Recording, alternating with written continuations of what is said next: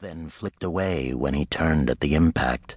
He was left with the impression of soft brown eyebrows, fine skin, and raspberry lipstick.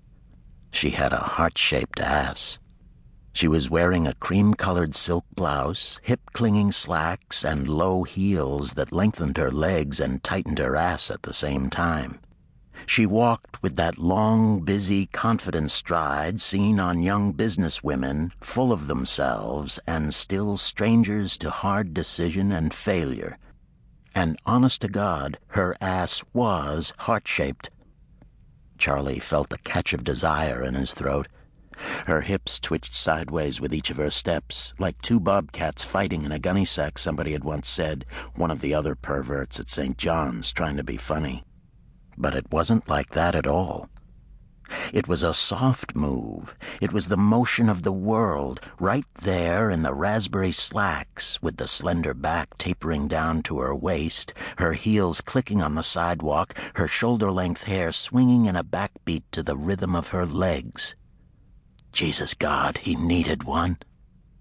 He'd been 8.5 years without real sex.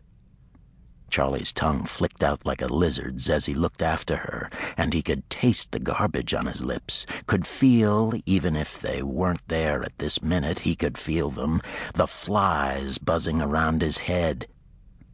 Charlie Pope, 34, a maniac, smelling like old banana peels and spoiled coffee grounds, standing on the street in Owatonna, passing eyes like icy raindrops, looking at a girl with a heart-shaped ass in raspberry slacks, and telling himself, I gotta get me some of that. I just gotta.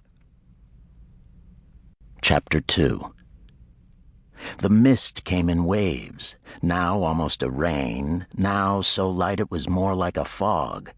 Across the Mississippi, the night lights of St. Paul shimmered with a brilliant glassy intensity in the rain phases and dimmed to ghosts in the fog.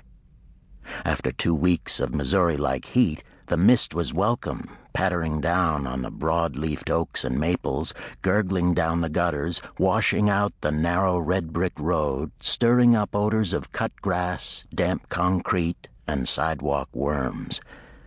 A rich neighborhood, generous lawns, older houses well kept, a Mercedes here, a Land Rover there, window stickers from the universities of Minnesota and St. Thomas and even Princeton. And now the smell of car exhaust and the murmur of portable generators. 6 cop cars, a couple of vans, and a truck jammed the street.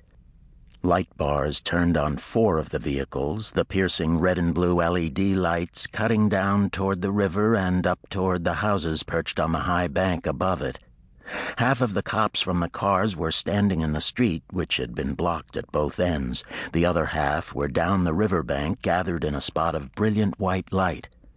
People from the neighborhood clustered under an oak tree. They all wore raincoats like shrouds in a Stephen King chorus, and a few had umbrellas overhead.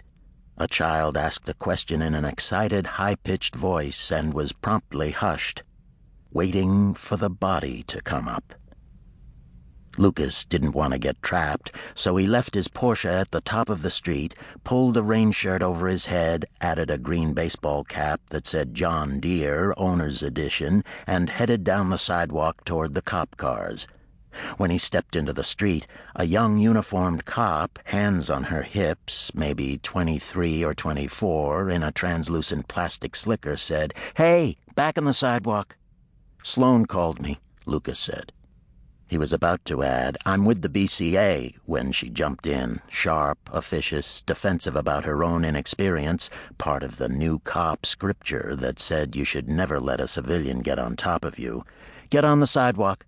I'll see if Detective Sloan wants to talk to you." "Why don't I just yell down there?" Lucas asked affably.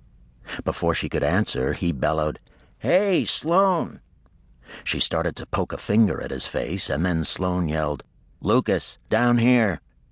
Instead of shaking her finger at him, she twitched it across the road and turned away from him, hands still on her hips, shoulders square, dignity not quite preserved. A portable Honda generator had been set up on the street, black power cables snaking down the river.